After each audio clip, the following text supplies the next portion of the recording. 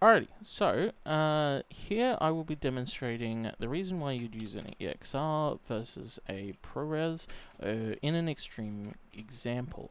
So here we have, let's turn it down even more. There we go. So here we have a map ball, map preview ball, with a texture on it with emission. Right, and this camera is set to expose the sky. So now, if I set this emission to ridiculously high, what we end up with is blown out. I don't even think it needs to be that high. If we try 10, yep, blown out. So we've lost all the detail. Just to make sure, I'm going to go 15. So we've lost all of the detail in the texture now. It's just a white ball. Might as well not even have that texture there. So what we're going to do is then render this out both in ProRes and EXR, and then we're going to have a look at it. Strange example, I know, but stick with me. Alright, so I have both of my renders inside Resolve, and I'm in the color tab. As you can see, we've got ProRes 422HQ and EXR. EXR needs to have its color space set to linear.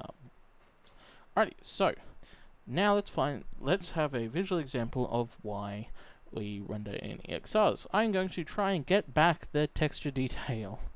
So I'm going to use gain, so lift, gamma, gain, offset. Offset is everything at once, gain is highlights, gamma is midtones, lift is shadows in a way.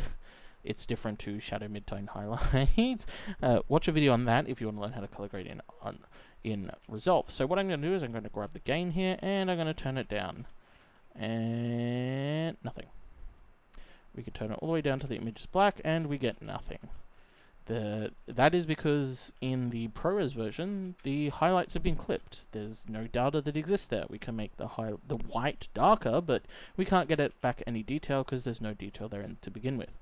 In the EXR version, however, the data for that is retained. So it looks blown out here, but as I start to pull the gain down,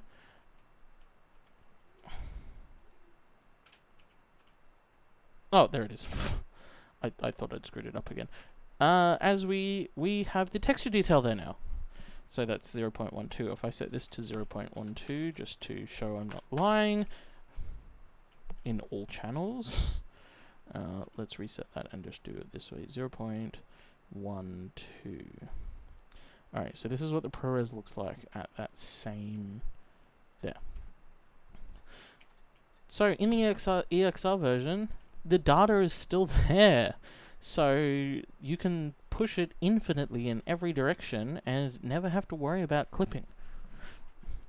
Because the data is kept regardless. ProRes, no. EXR, yes.